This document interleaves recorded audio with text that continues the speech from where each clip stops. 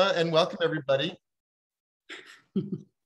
That always stops me in my track, so we're being recorded. Welcome everybody. It's great to see so many agents of impact, old regulars on these calls. We're up to 33 now, and also new folks. And I just want to tell you before we get going with this one that the next one is set for November 16th, though it's actually 3 weeks. We've been doing them every 2 weeks, but Thanksgiving sort of messed that up. So we're taking 3 weeks till the next one. And it will be on financing growing businesses in emerging markets. Our colleague Jessica Pothering is live from Nairobi for that one. So Tuesday, November 16th, and we'll be sending out information about that obviously in the brief, and you can sign up. With that, I want to bring in my colleague, Amy Cortese, live from Brooklyn.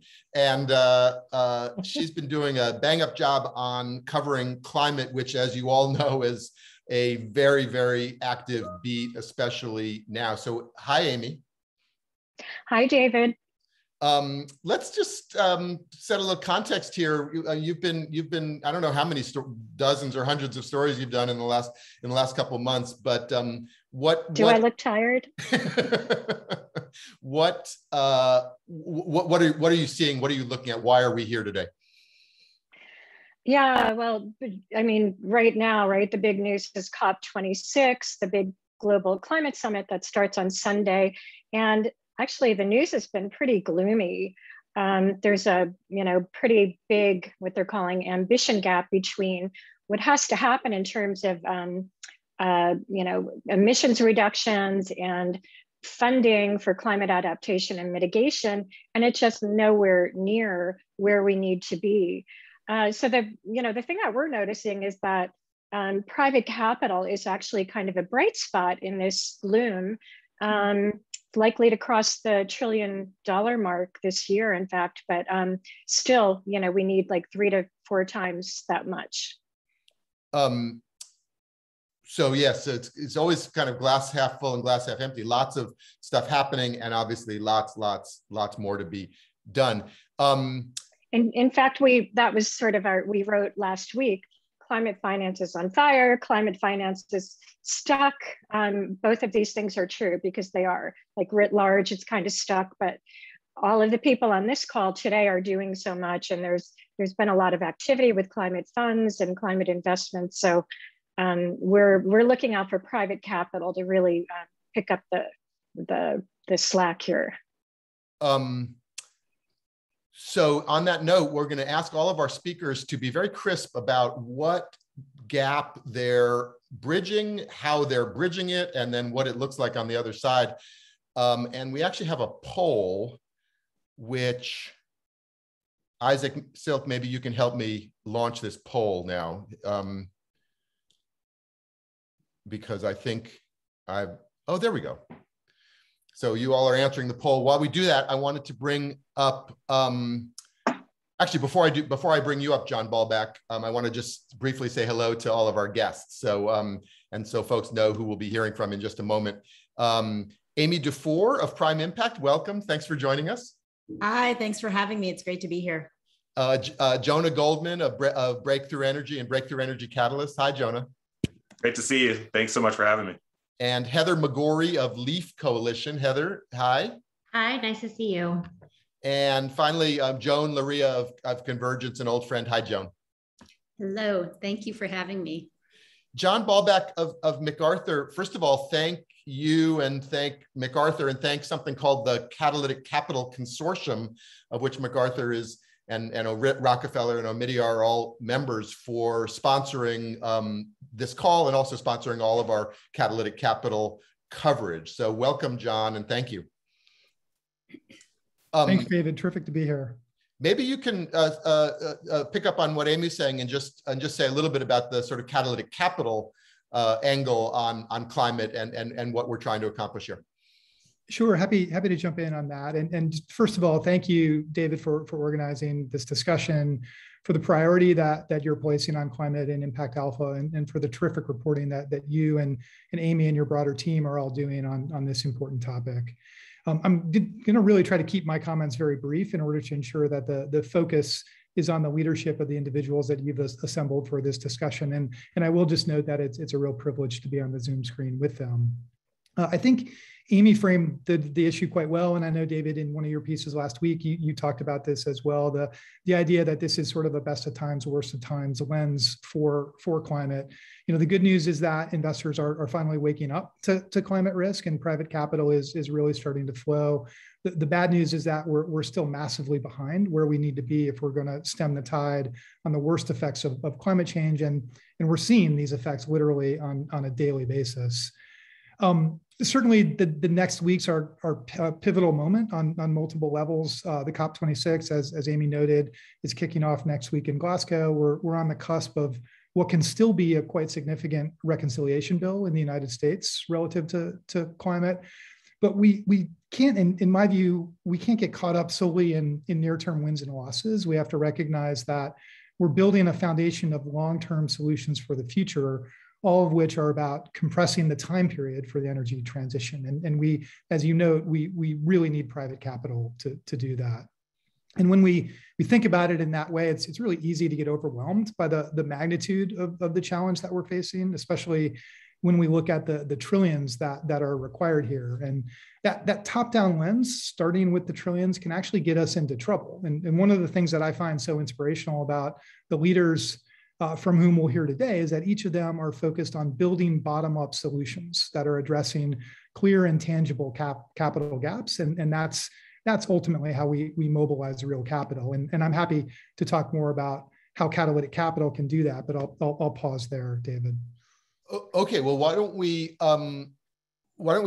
actually take a look at the poll, because that sets up our guests quite nicely. And I'm sort of happy that we seem to have hit be pretty evenly divided, almost incredibly, and that really there's not very many in other. So the winner, which you'll be happy to know, Amy D, is early stage climate tech with 28%. I don't know if winner, but most folks are either working on it or most interested in it.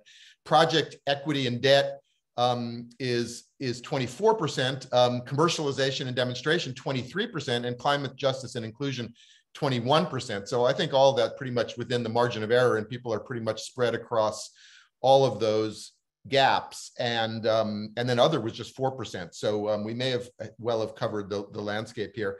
And John, maybe you can do us the favor, because you're working, I know, a lot with Prime Impact, to just introduce them and introduce Amy a little bit, and the Catalytic Capital Consortium. One of the investments you made has been in the new fund, which I'm sure Amy will tell us more about. But bring Amy in, John. With pleasure. We're really excited about all the work that Prime is doing. So we our investment in Prime was through, as David, you noted, the Catalytic Capital Consortium, and this is an initiative with the Rockefeller Foundation and the Omidyar Network to try to increase the knowledge, awareness, and use of catalytic capital. And by that we mean capital that's more patient, flexible, risk tolerant, and that is focused on clear capital gaps like the innovation gap that Prime is seeking to address. This form of capital can seek to leverage investment vertically within a capital stack, like what Joan will talk about for blended finance solutions, but it also can mobilize capital horizontally in a downstream manner. And this is what Prime is doing exceptionally well. And our view is catalytic capital couldn't be more needed right now for the climate crisis. And Prime is again, just a terrific example of this. It's a fund that is addressing a well-documented financing gap, in this case, the valley of death in technology commercialization. It's a fund that's pursuing consequential impact. It's each of its investments are seeking to achieve gigaton scale emissions reduction. The fund is mobilizing many first-time climate investors, and most importantly, in our view, is they have a very strong focus on additionality. So they're investing very intentionally in a way that is upstream from conventional venture capital, but bridging to that capital. And because of this, we think they're just a powerful example of catalytic capital. Great. Amy, I hope John left you some things to say there, but there's plenty to dig into. So let's get going, Amy. Valley of Death. That's a well known in the tech world, may not be so much in the climate world, but tell us what the problem is. What's the gap? Yeah, and first of all, thank you, John, for that incredible introduction. And I just want to say we're so proud that the MacArthur Foundation has been such a great supporter of Prime.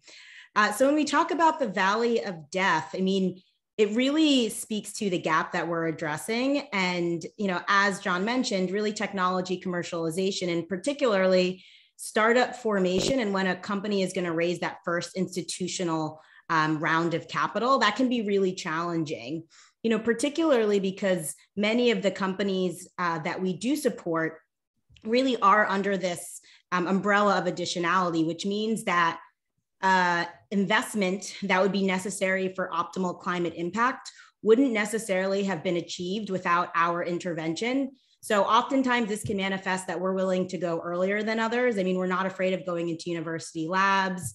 You know, this could manifest that we're the only climate investor around the table that really is willing to prioritize deep climate impact, or we're investing in a category that other conventional investors, whether VCs or strategic, view undesirable, but we believe is critical for deep decarbonization. And once we use catalytic capital, which is our tool, David, in terms of how we're trying to address that gap, you know, we believe that can de-risk these early stage climate tech companies for more conventional downstream investors. Amy, let me jump in here. You and I,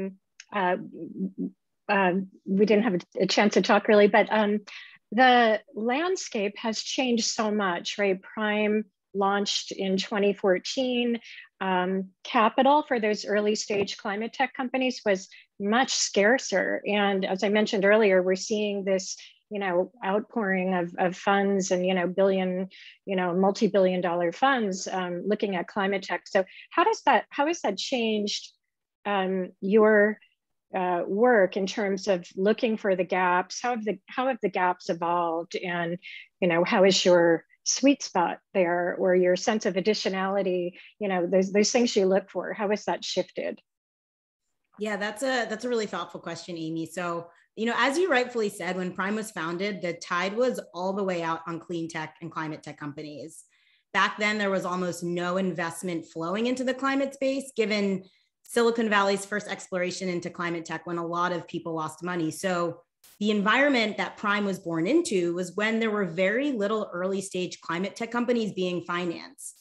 So when we go back to our definition of additionality, it was really around that there was a literal capital gap for companies getting financed. But, you know, lots changed since then. In the first half of 2020, there's been more than $16 billion that has poured into the climate space. And so kind of given this changing landscape, we've actually recognized that putting capital to work isn't solely a solution. And in fact, additionality has helped us deepen our understanding of our intervention with companies to achieve optimal climate impact in much more nuanced ways. So let me just give you an example of that. So, you know, if before the primary reasons for additionality were a literal capital gap, I mean, now it's not that there isn't solely, you know, enough money around the table, but that there could be timelines that are too long, or a company represents too much upfront risk. So there's a lot of money, for example, pouring into kind of EVs and batteries, but there's less money in the climate space pouring into ocean sequestration, which we think is, you know, really important. You know, there could be other investors around the table who may not have the track record or experience in prioritizing deep climate impact, not the people here, obviously, but, you know, others that are kind of generalists that have been moving into the space. Or there could be harmful terms for entrepreneurs. So these are all different and nuanced ways that additionality has evolved, kind of given the climate tech landscape has also evolved. Just to pick up on additionality, which is a, you know, is a sort of thrown around, but you're basically saying, but for you, this would not happen, or but, you know, things that where you can make a difference that it wouldn't happen otherwise. Maybe you could give us an example, and just what tools you use to you know, to not just to find the additionality, but to actually, you know, create the additionality. Yes, no, I think that's a really important question. And I think first to note is that we don't invest in companies, solo. We are really serious about being collaborative and building syndicates. I mean, we've invested in 16 companies, and only one of those companies we did it alone because we think investing solo is hazardous to your health. So I just want to kind of put that out there. But to your point, David, a good example of our model is the first investment out of Prime Impact Fund. It is a company called Lilac Solutions. We led their seed round in 2018. Lilac is a lithium extraction company. Lithium is really critical for growth in the electric vehicle and storage market. We know that there's enough lithium in the ground, but there weren't cost-effective, and environmentally benign ways to extract it. And Lilac's ion bead exchange technology addresses that. So Prime at the company in early 2018, this team was still developing. The team had some initial proof points, but there wasn't a pilot or other typical signal of commercial traction. So it was deemed too early by, many mainstream investors. The CEO, Dave Snidecker, is incredible. We worked with him over 16 months on storytelling, team building. They signed several commercial agreements. And I think particularly for many of our technical founders, storytelling, you have to tell a story to your partners, you have to tell a story to staff to recruit people, you have to tell a story to investors. That can be an area that we really try and be hands-on partners with portfolio companies. And then fast forward, Lilac has achieved an incredible amount of success. In early 2020, they raised a $20 million oversubscribed round that was co-led by Jonah and the Breakthrough Energy Ventures broader folks, and the Engine, which is MIT's Tough Tech Fund. And then last month, they raised a $150 million Series B round that was co-led by Lower Carbon Capital and T. Rowe Price. And I think the best thing about it is they are on their way to achieving large-scale climate impact. We don't say that we are an unapologetically impact first fund, and we believe that impact can be kind of side by side with being a large scale self-sustaining enterprise. And Lilac is an amazing example of what catalytic capital can really do.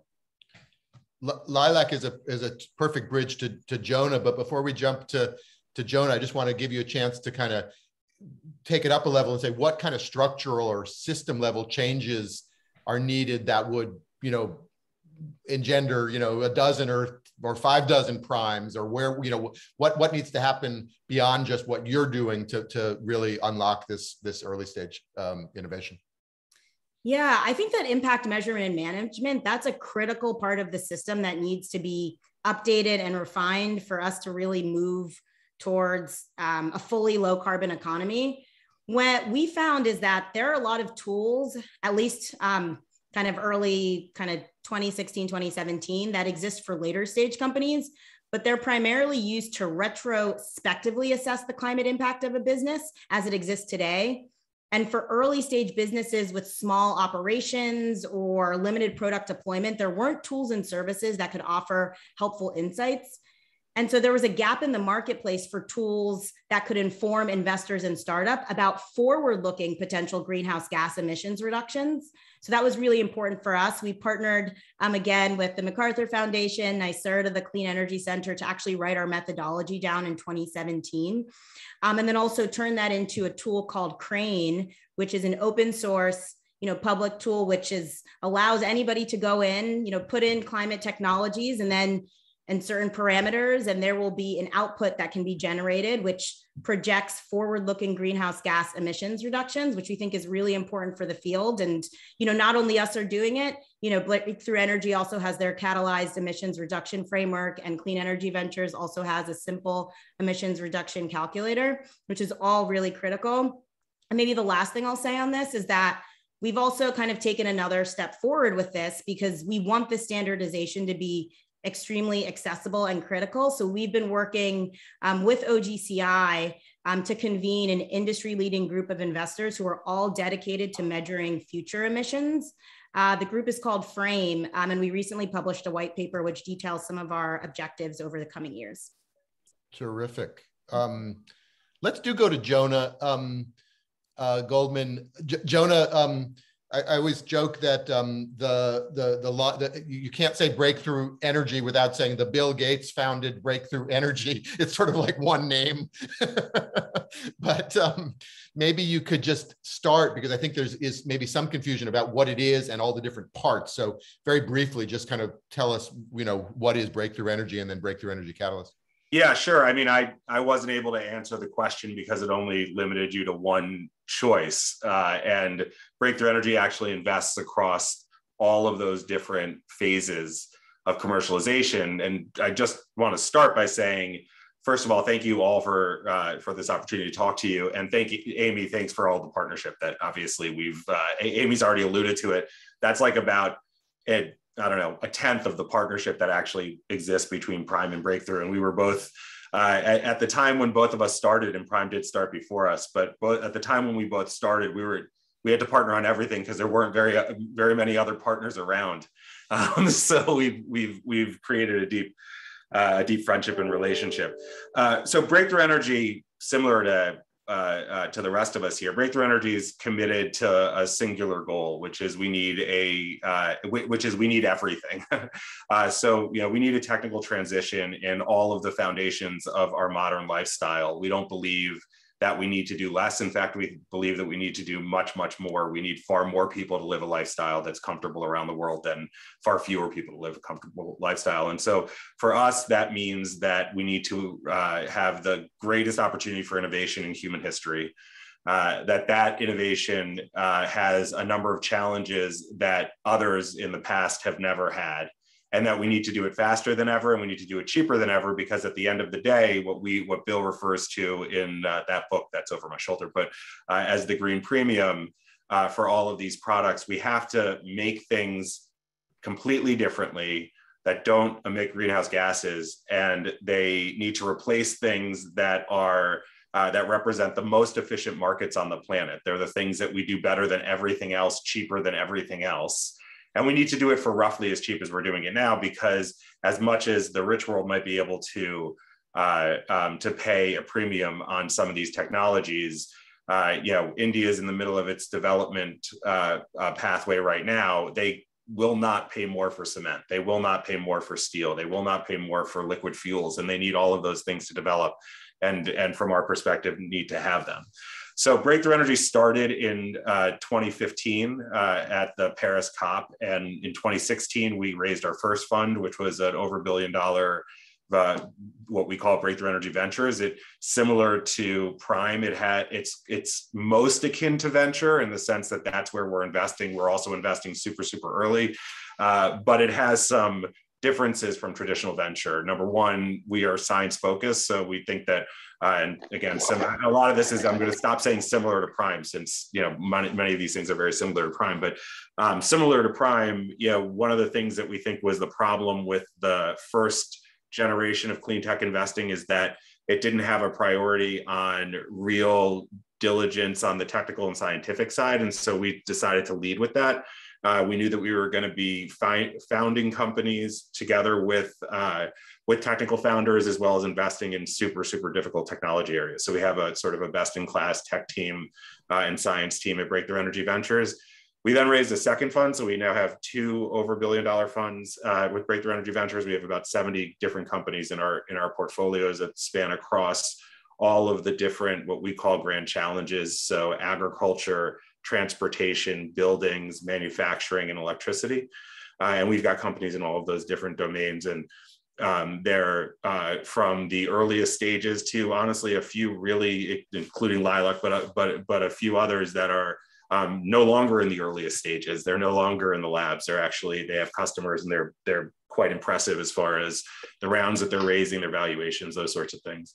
But we realize that that's obviously only one part of the problem. And so what often happens with these startups is that they prove themselves in the lab. They're doing things that are incredibly impressive, and yet they still have products that are undifferentiated from the fossil-based products that they're trying to replace.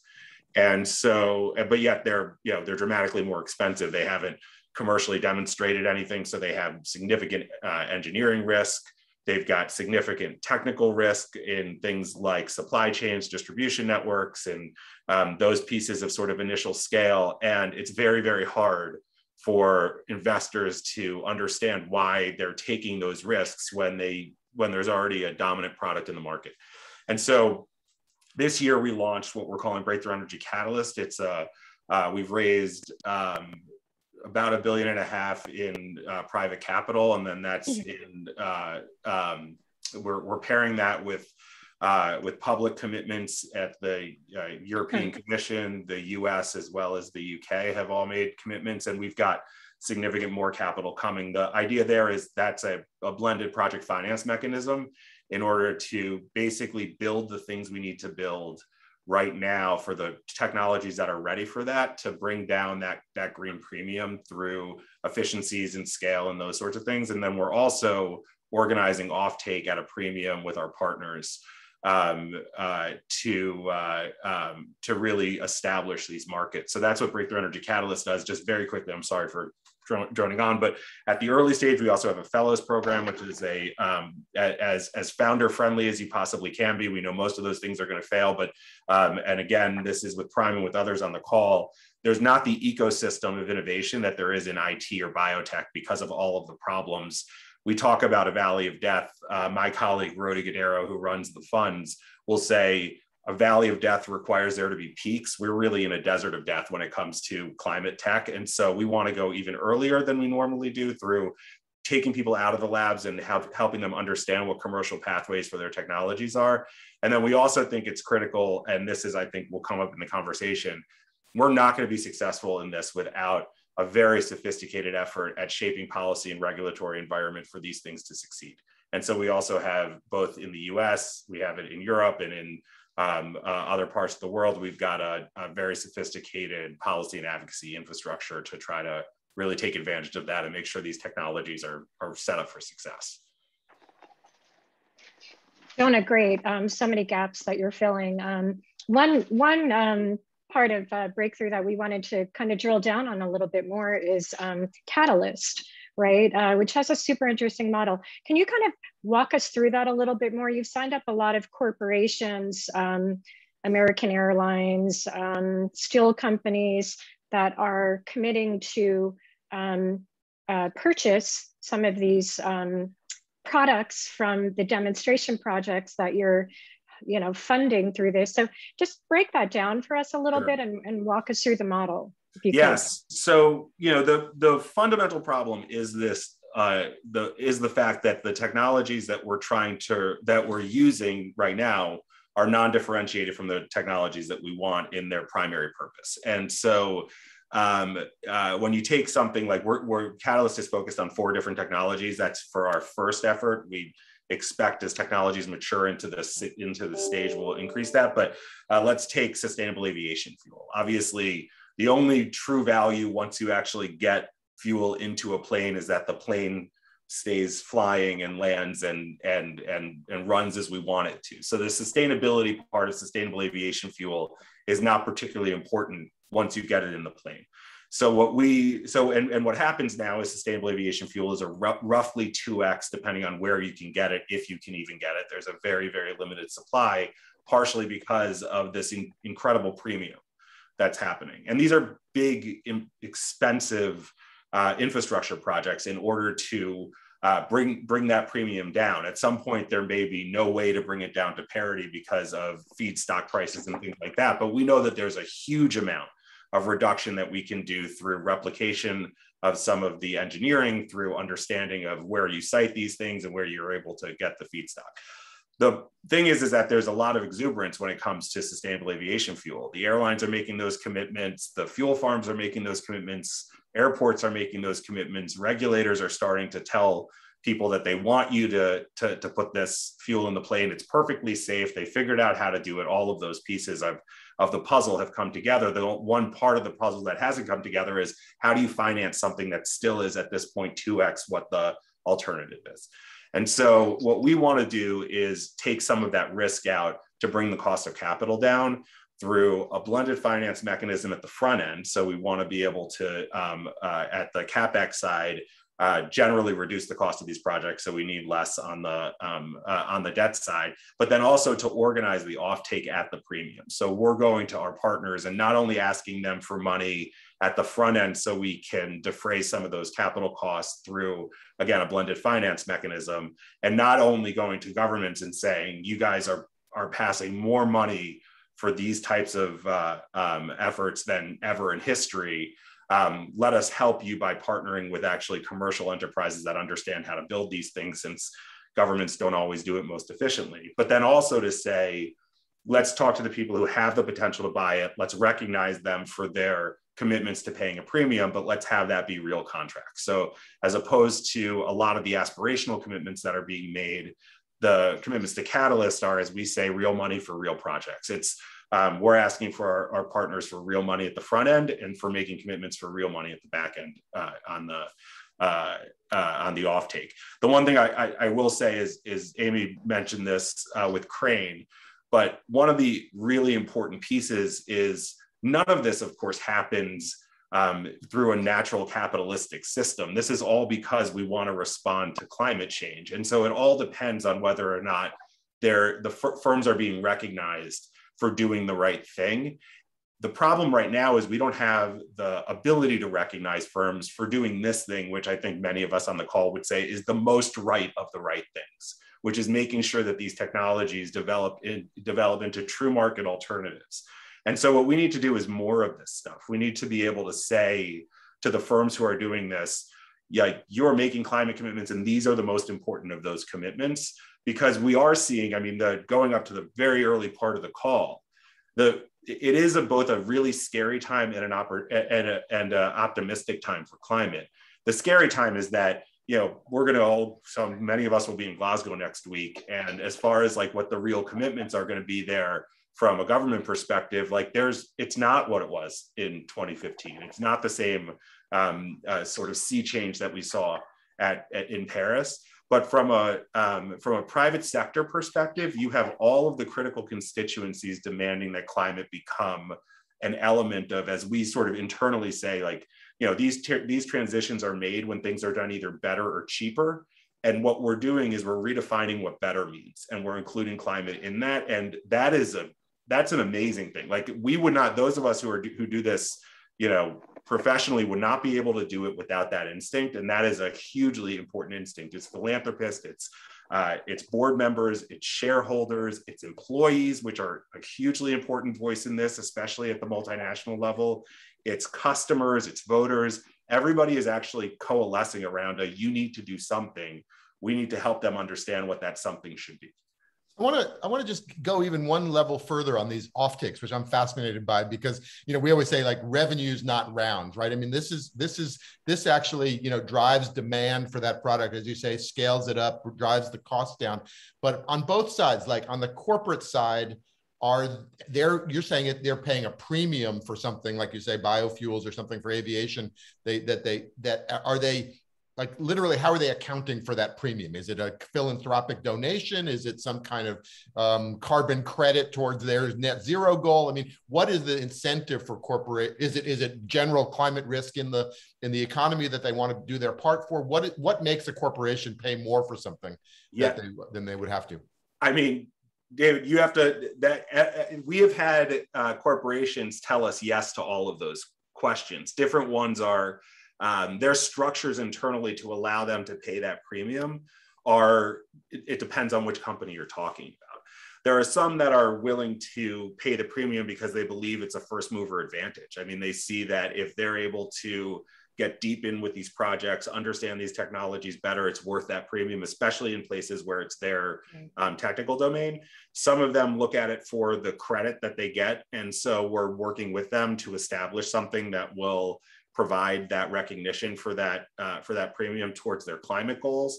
Some of them are doing it because they don't care about the credit. They think it's the right thing to do. I mean, it really is across the board. And we welcome all of those structures internal to corporate decision making. I mean, as long as they're doing it. Gotcha. Amy, do you have another question? Because it actually leads to a segue to Heather, but we want to. Yeah, and I think just given timing wise, okay, I mean, so let's move on, John. Questions forever, but yeah. Sorry, Jonah, not Joan. Jonah, hang around for a second, but let's go to Heather, because Heather, Leaf Coalition is also enlisting corporate support and backers, but for a very sort of a different I don't know, product or innovation, which is natural solutions and forest preservation. So maybe you could give us the basic brief on Leaf Coalition, and then we can get into sort of, again, the corporate and offtake arrangements. Yeah, sure. Happy to do that, David. And just to reflect back, as Jonah was talking about Catalyst, there are a lot of parallels between what the Leaf Coalition is doing and what Catalyst is doing. So I'm a strategic advisor to Emergent, and Emergent convenes the Leaf Coalition. And the Leaf Coalition stands for lowering emissions by accelerating carbon finance. And it was launched at Earth Day at the Biden Climate Summit, and with the goal of mobilizing $1 billion from governments and corporates to essentially serve as the demonstration of significant demand for conserving and protecting tropical forests at a jurisdictional level. And so what that means is that the Leaf Coalition is working directly with governments rather than on a project-based level to invest in large tracts of tropical forests from to protect and conserve. And one of the reasons that the Leaf Coalition and Emergent have decided to do that is because I think we're all in a place where we're realizing that we need all of the solutions and we need things to happen at scale. And so the idea is that if you have governments and major corporations transacting with other governments, that we can start to get things at scale.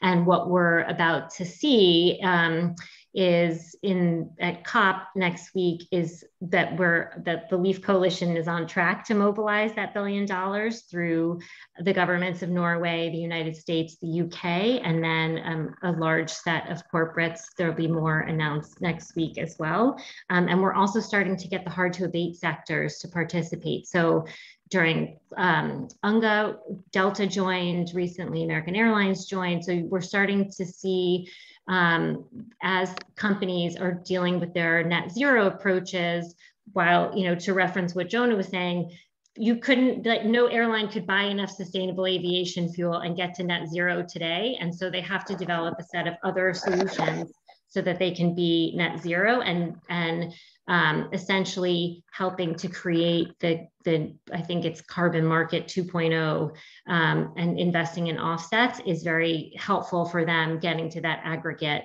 of net zero by 2050 or sooner.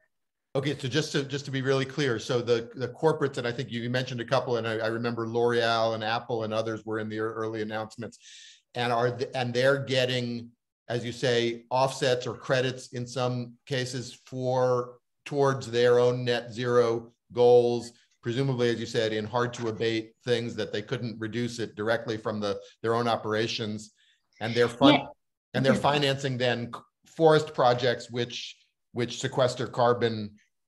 And how does that all fit together? I mean, how do you broker all these elements of the deal?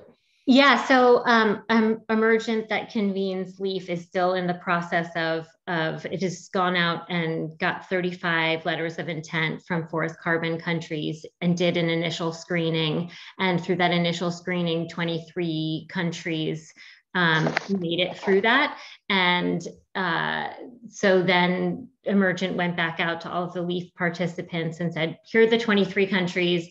Let's start somewhere. We'll get to all of them. But which are the countries where you're willing to promise that you'll buy a minimum, and it could be upwards of 1 million tons, but a minimum of 1 million tons. And then there's a floor price of carbon credit. Of carbon, yeah, of being sequestered. And there's a floor price of $10. So you're guaranteeing on the supply side, countries are saying, okay, I know that I'm going to be able to access financing, not all of it up front, but I'm going to be able to access financing. And these are real contracts between sovereign governments and corporations that we can have that assurance that will happen. And, I think when Emergent emerged through the kind of brainchild between the executive director, Aaron Bloomgarten, and who some of you I'm sure know, and EDF, I think that the idea was, how can we start to bring the buyers and the sellers together and develop a place where we're using a high integrity credit. So it's the ART-TREE standard established by WRI. And we're putting in place controls. So to go back to Amy was talking about this idea of additionality, right? So additionality, double counting, things that forestry's really struggled with in the first 20 years of the red credits and the carbon markets. And so I think the initial intent was, how can we create something that's different and separate, and we can get rid of some of those stresses and strains, while also forcing or encouraging, because it's all voluntary, but encouraging corporates that might not be able to get to net zero on their own to participate and to have to do something, and to you know, one of the things we talk about at Emergent is you can't say, because the technology exists, I can't do anything, right? And so it's, well, while you're working on the technology and while you're working on new solutions, why don't we protect tropical forests and sequester carbon? And we have to do everything, right? It's now is the time for all the solutions. And so that this mechanism that Emergent's setting up through LEAF is designed to be one of those solutions. Terrific. Heather, I'm curious, because there will be a lot of talk about this at COP as well, but there's the regulated markets, there's the voluntary markets, and there's a lot of different schemes. How will what you're doing with LEAF, you know, sort of interoperate with some of those other things? Yeah, I think that's a great question. And a lot of these types of projects and initiatives are in the same boat. You know, SBTI and RE100 and Google's commitment to going carbon free, and all of these in some ways are companies taking it on themselves while they're waiting for their nationally determined contributions, which then levels down into national and state level policies to come into fruition. And so some of this is voluntary, some of it is companies, you know, all the things Jonah was saying before. It's like, it's the right thing to do. We're getting ahead of the game. And then I think there's also just one piece to add to all of those answers is, I think there's, in the US, there's like real regulatory pressure coming. You know, 2 weeks ago, the SEC wrote a letter that they published on their website that said, if we were to ask companies who haven't disclosed anything about climate risk, these are the types of questions that you might expect to see. And then last week they came out with a report, you know, saying there's carbon risk. In June, the G7 climate ministers said climate is a risk. And guess what? The framework you should be using is TCFD. And so I think that as companies are doing their financial models and including climate risk in those and putting internal prices on carbon, they're also sorting through, okay, if we're participating in LEAF and then, you know, dealing with our other scope 1, 2, and 3 emissions in other ways, you know, this is all part of that calculation. So it's the voluntary market that's going to meet the regulatory space. And I think we're in the in-between place right now. Thank you, Heather. Time is flying, and I want to bring up Joan Larrea, but stick around. We're going to have, just so everybody knows, obviously people can leave at the top of the hour. You know, you can leave whenever you want, but you can leave at the top of the hour. But we're going to keep the room open a little longer, so the discussion will flow into the next hour as well, if you can stick around. But before that, we want to get to Joan Larrea. I'm sure all of these structures are both familiar and exciting to you. You've been at this a while, putting together these kind of blended finance arrangements. I do want to say at the outset that, you know, it sort of bears mention that, you know, LEAF has $1 billion and Prime has raised its fund, and Breakthrough, you know, is obviously, you know, raising big money. When I first started talking to you, $1 billion fund or $1 billion, you know, blended finance facility was sort of a big deal. Now it's kind of table stakes, and we're really talking about getting to, I don't know, what is it? You tell me, tens, hundreds, trillions. But things have really moved along. So I want to make sure that people recognize that progress is happening. But Joan, how do you see the state of blended finance, to coin a phrase from your report that's coming out tomorrow? Thanks, David. Great to be here and a great conversation thus far. Yeah, we're going to be coming out with our State of Blended Finance 2021 tomorrow. at 9 in the morning. So stay tuned. Some of what I will say is just a precursor to that more robust report. And you're right, David, it's sort of, again, best of times, worst of times. Best of times in that I can walk into any room and watch just what happened, a sophisticated conversation about blended finance in all of its forms, offtakes, credit enhancement, patient capital.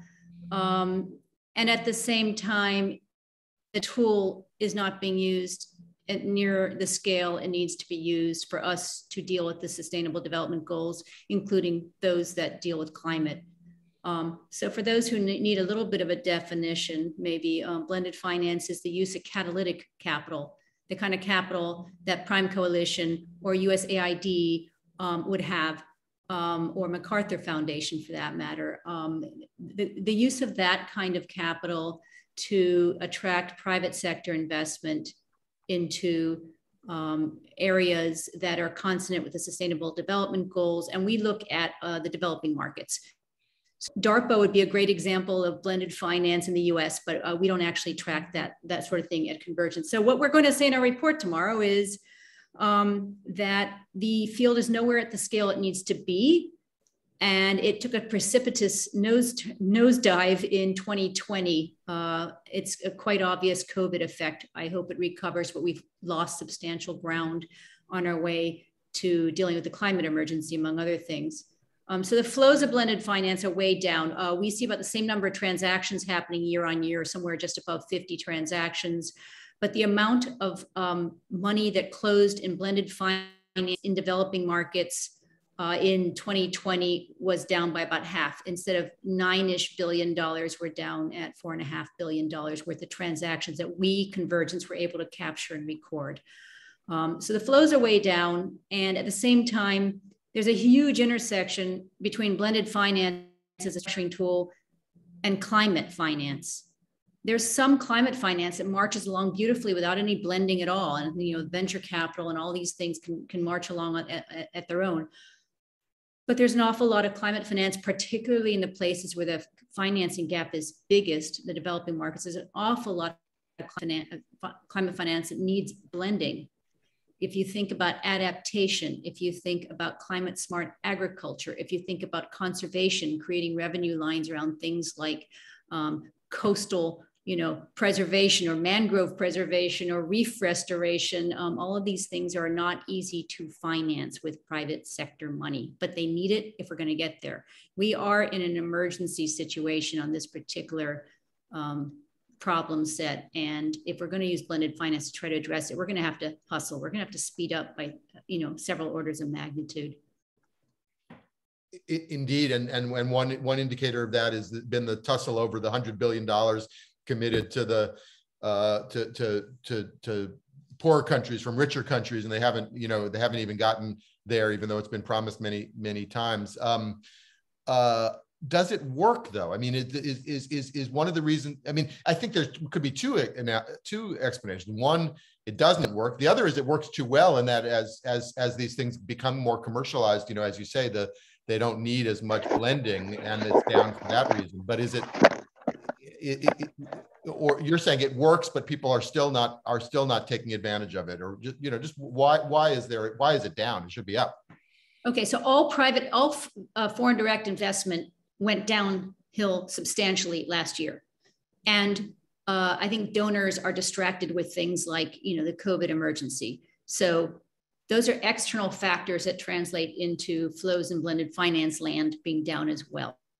So that it's not a distinct blended finance issue. It is a donor mindset issue. It is a private sector investment scale.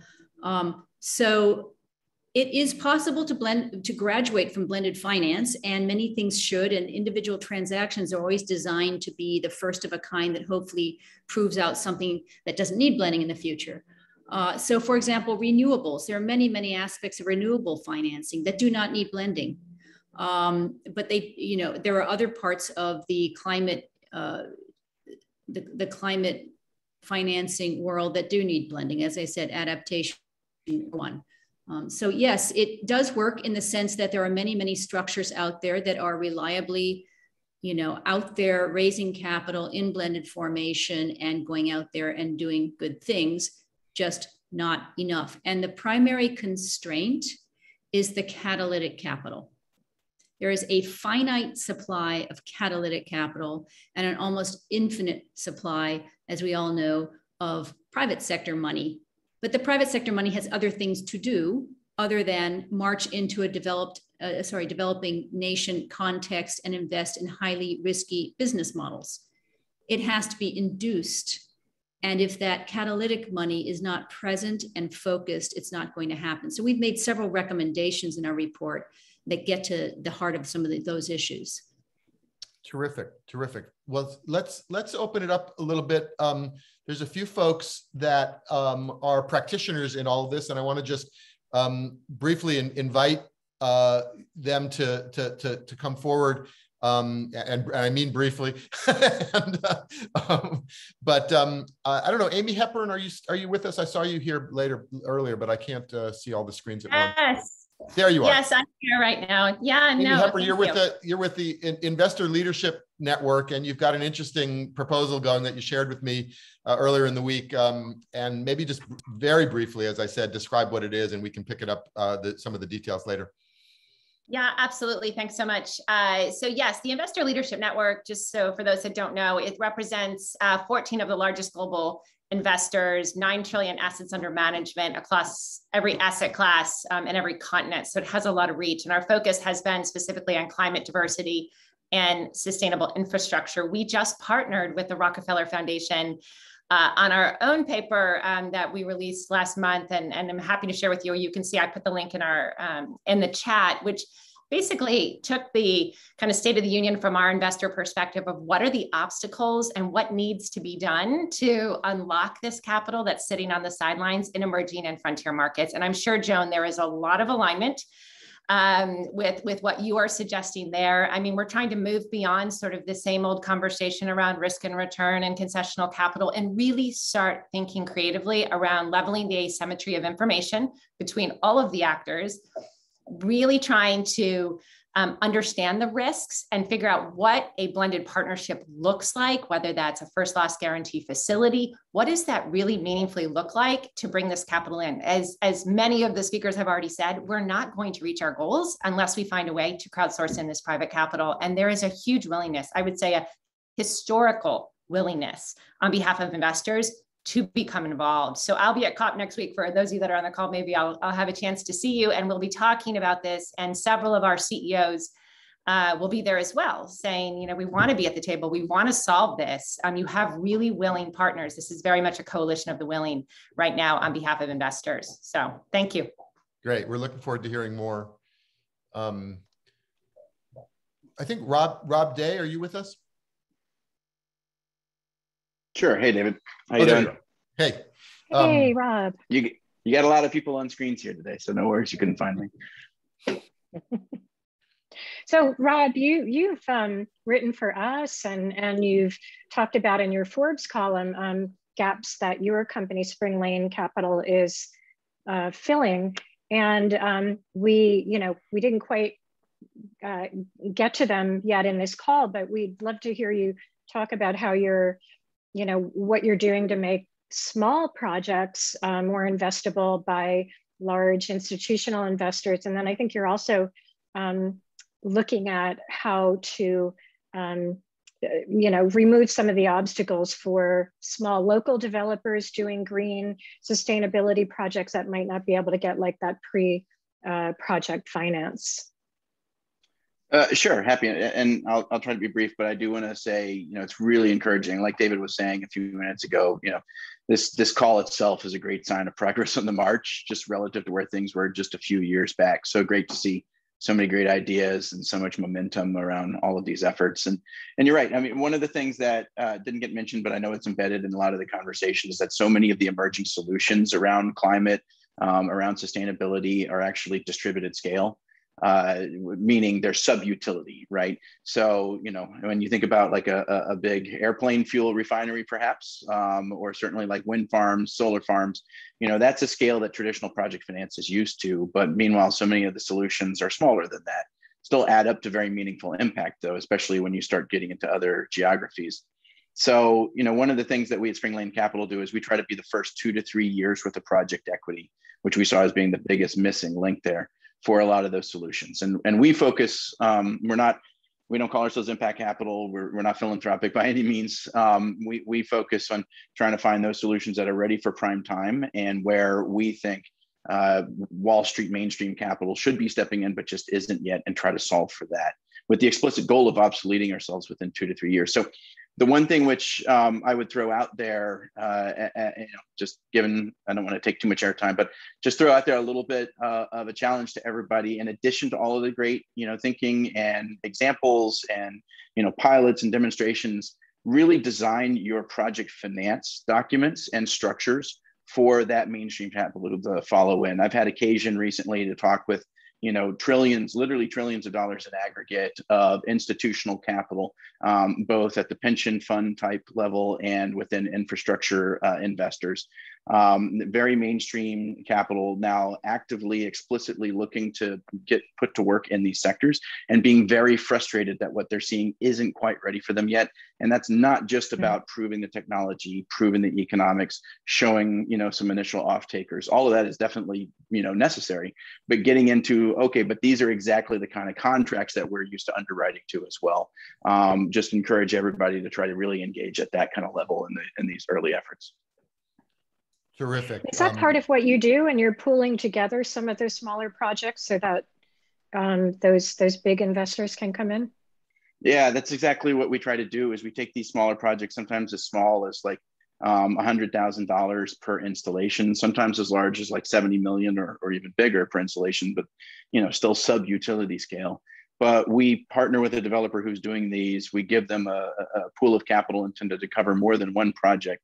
And then we really roll up our sleeves and help them get those financing structures in place. And without going into details that I can't get into right now, I think what we've been seeing is a lot of validation of the idea that once you get these companies, these developers out there with their initial projects with exactly that kind of seasoned revenues and, I don't know if they're bulletproof, but, pretty solid financing structures, that is unlocking a lot of interest from mainstream infrastructure capital into coming into those same platforms.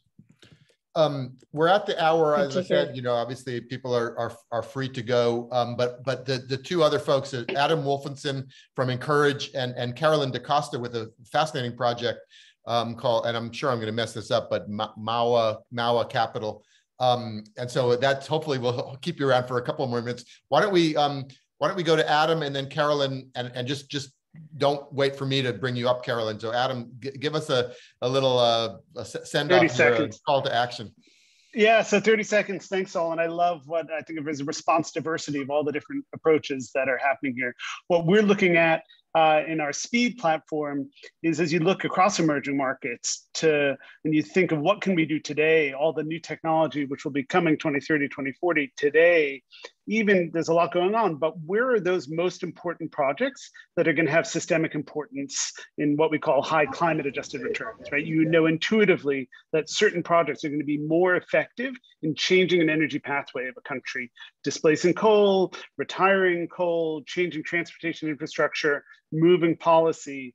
It's possible to identify those highest climate adjusted return projects. Typically they're difficult and they require catalytic capital and blended finance. So we're identifying those projects and investing in them. And it's very much in that very, very near term time horizon and kind of a climate finance triage until we get the trillions that we need. But over to you, Caroline. Thank you, David, Amy, for the invitation. Very quickly here too. Speaking from Brazil, like we are talking about what Joan said very well, that blended finance is not for all types of projects. And particularly here in Brazil, we have a huge opportunity for regenerative agriculture that requires adaptation, that requires inclusion socially and economically. And then we are running a pilot in the Amazon forest, bringing companies in a model in which they are investors in the receivable fund as working as off-takers, and also they help with that expertise in the region to develop the supply chain system. Of course, this type of arrangement has all sort of governance issues because you have to make sure it's totally advantageous to the producer. And that's the reason it's so important to have the concessional capital either in the receivable fund structure, helping lowering costs of concessional rates, but at the same time providing a governance model to make sure the mission is accomplished and that we're working towards the development of producers. So I believe the experiment that we're doing in the Amazon with the fourth largest cosmetic company in the world, developing bioingredients, it's going to be a good example of corporate models that can work with impact investors. In our side at Mauá Capital, we are an independent asset management firm, 16 years of history. We are focused on structured debt.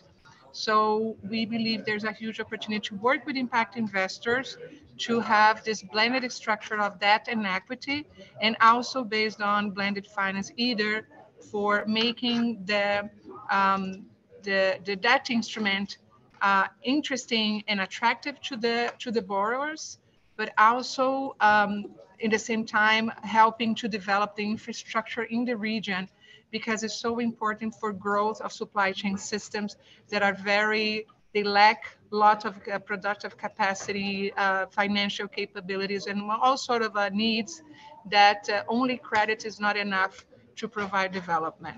So we believe it's a new way that companies can develop their role of corporate responsibility as they promote sustainability in supply chains and contribute to the betterment of the supplier communities. In a way that usually banks won't have the same commitment. And of course, this enough with the structured debt instrument, we can bring other off-takers that also share similar needs in the same supply chain system, which makes the financial instrument much more robust. So we are eager to work with impact investors and concessional capital in these types of structures. We are also developing a solution for Cerrado, is the second biome in Brazil, and also has lots of pressures for deforestation. So we believe there's the opportunity here to work with regenerative agriculture, and blended finance instruments are going to be key for changing and making impact. Thank you all. Thank you so much. And we had a little write-up of the project in the brief the other day, and we'll be watching very closely, Carolina. And the only correction I'd make, you say concessional, and I know John Balbach may appreciate, we're rebranding that to catalytic. Definitely, catalytic is much better. You're totally right. Pardon me. Because also, I just want to identify the off-taker is Natura, the big Brazilian natural products company. I'm not sure you mentioned that, Carolina. I haven't. Thank you, Amy. And that is kind of a theme here, is the arrival of this corporate capital, both not just as investors, but literally as customers for many of these things, and that I think is promising in that much of climate capital. If you see the climate policy initiatives reports, and much of climate capital actually is going to be coming from corporates in their operations and supply chain. One other thing to mention about Carolina's project, though, is that it came out of the Global Climate Finance Lab that's run by CPI, and there are just so many fascinating models coming out of that lab, where they're kind of incubating and helping launch some of these innovative catalytic blended models that can help fill a lot of the gaps we're talking about. And they have a call opening now for next year lab. I really encourage people to apply. It's a fascinating experience. They actually stay with you for 6 months to refining the structure with the lab members. Most of them are DFIs and catalytic capital providers. Convergence is there, and many others. So it's a huge opportunity to have experts thinking and reflecting on your instrument in order to refine it. So I really encourage it. Application is open for next year lab experience. And Rob Kahn from CPI just put the link in. Thanks, Rob. Okay, well, there were lots of questions. I could not keep up with all of the chat there, but this is the time where I try to put myself on mute and let the conversation just roll naturally. So We want to thank again all of the speakers and guests and all of you, and in particular the C3 Catalytic Capital Consortium and John Balbach for all of the support. But there's so much more to say here, and so keep us in the loop in the brief, and we'll try to keep you in the loop, and we'll all get through this together. Let's close the formal part of the call, Amy, and then let people hang out. We call it the after party. Just keep the chat going, and just pipe up now. I'm not going to call on anybody. I'm going to put myself on mute and try to keep it on mute.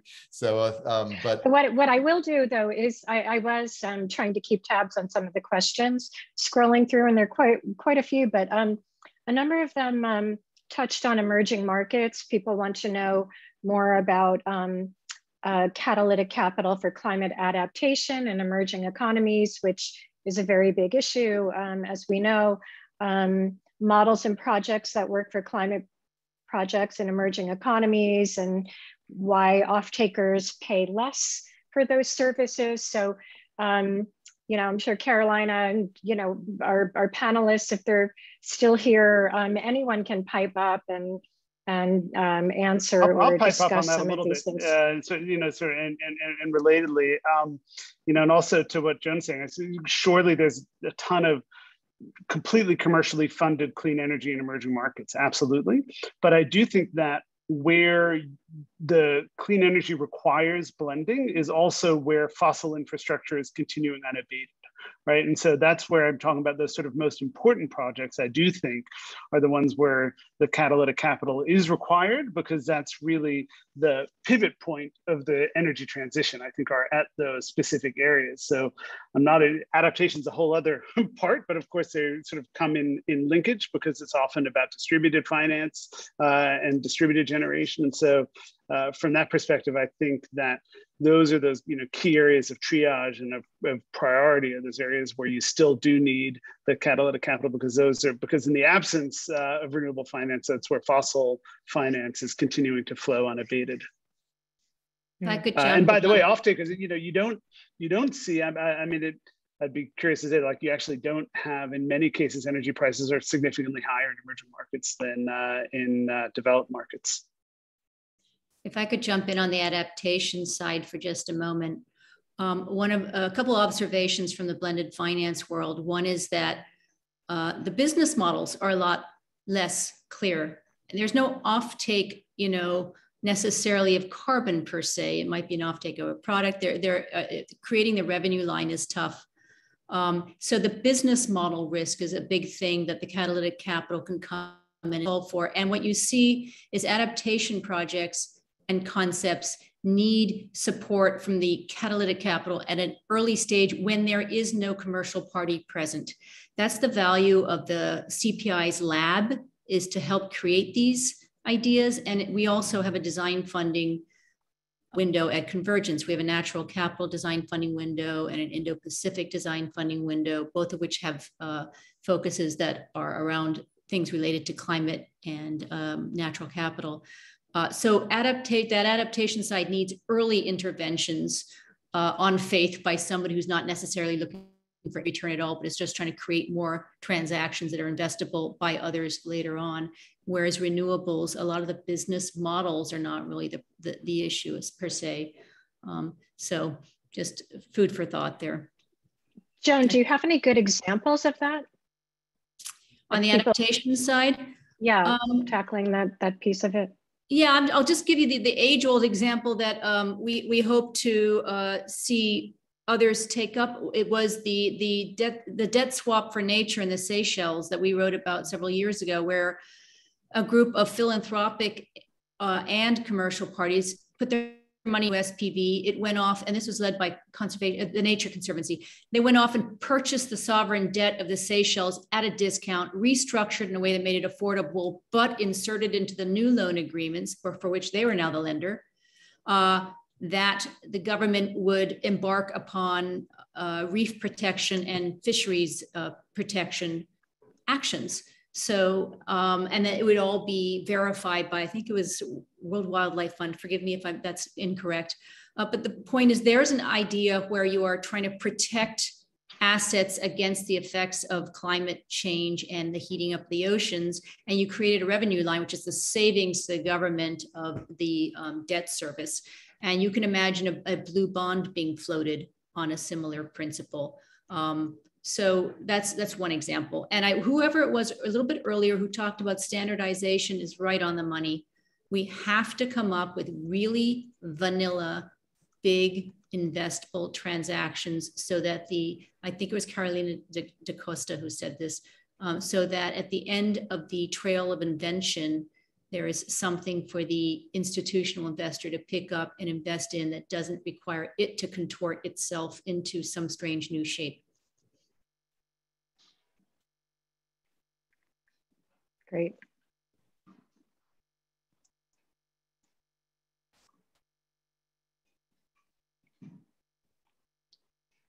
Anyone else have thoughts on that?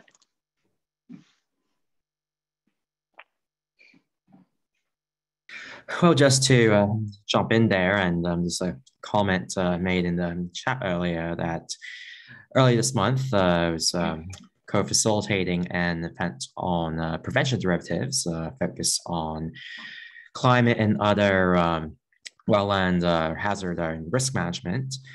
So what could be worth exploring in the sense of, at the very least, especially for smaller projects, of potentially making some of them more palatable if we can pool them to provide access to much larger investors, make those more, quote unquote, bankable, as we say, focus on the structuring and project preparation.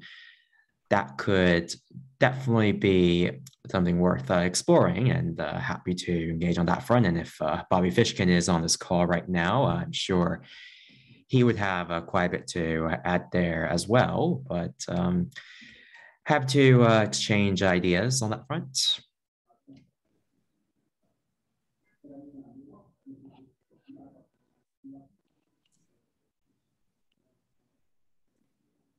Well, just very briefly, my response would be aggregation is a very standard and well-used way to put individual smaller transactions together in a way that offsets the risk against each other. I mean, there's the diversification math works in your favor of having a pooled collection of assets, but also it gets around the problem of small scale, making things uninvestable for certain parties.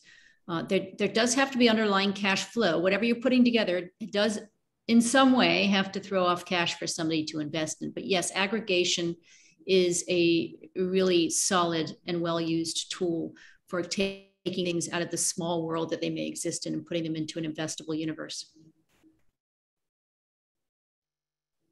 And I think that's what one of our speakers a moment ago was talking about. I wasn't familiar. Lane, David, bail me out. What was the name? Rob Day from Spring Lane. Spring Lane. Spring Lane Capital, yeah. That's what they're talking about, is these little $100,000 projects, putting them all in a basket and making them standard with standard terms so they can be rolled up and sold to someone else. Yeah. I don't know if Jess Brooks from Sunwealth is still here. She was on earlier, I know, and she was on an earlier call. And they also helped get small commercial projects financed. See, I couldn't quite resist staying on. I couldn't quite keep myself on mute, so I apologize. I did have a chance to look through to scroll through the chat line, which is just incredible. And everybody should everybody should copy it, and we'll try to make it available as well. But there's a tremendous amount of activity and resources there. If you're looking for inspiration, you guys are the inspiration. Maybe it's the time to, unless anybody wants to pipe up, maybe it's the time to let everybody go on to do some real work. Please do send us, if you are going to be at COP, send us your thoughts from there, what you're seeing, what you're thinking about. Don't think we know everything. It's getting impossible to know everything now. So so keep us in the loop. Yeah. Anybody else want to have a final word here, or a call to action, or a group sing along? Well, and just something good to end on here. It's a note from Tanuja in the chat about how to remain adaptable in face of changes. So as climate science, of course, it's going to keep changing as we keep hearing these assessment reports coming out. So how do we stay proactive on that? And that's a question she posed in the chat to everyone here. Indeed, indeed. Well, thank you. And you I don't know if, okay. I was sorry, no, keep going, extend it a little bit more.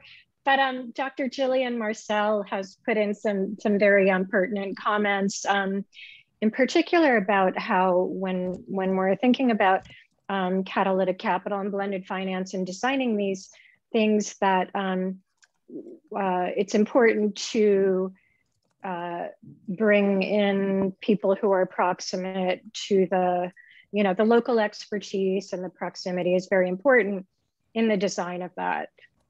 Which we make that point a lot, but it can't be made enough. And I don't know if Jillian is still on, but yeah, she left half an hour ago, but she made several points. Yeah. Actually, that's not a bad segue to the next call, which is all about local capital providers for small businesses, particularly in emerging markets. And as you say, Amy, the proximity and the local part of that is really crucial to developing these solutions. So I think Isaac put a link in there for the next call RSVP, but you'll see it probably more times than you want in the brief. If you follow the brief, we'll be pushing that out in the next few weeks. So with that, let's let everybody go, Amy, don't you think? And thank you again, and we'll see you on the next call, and go forth and make impact. So thank you. Bye, everyone. See you.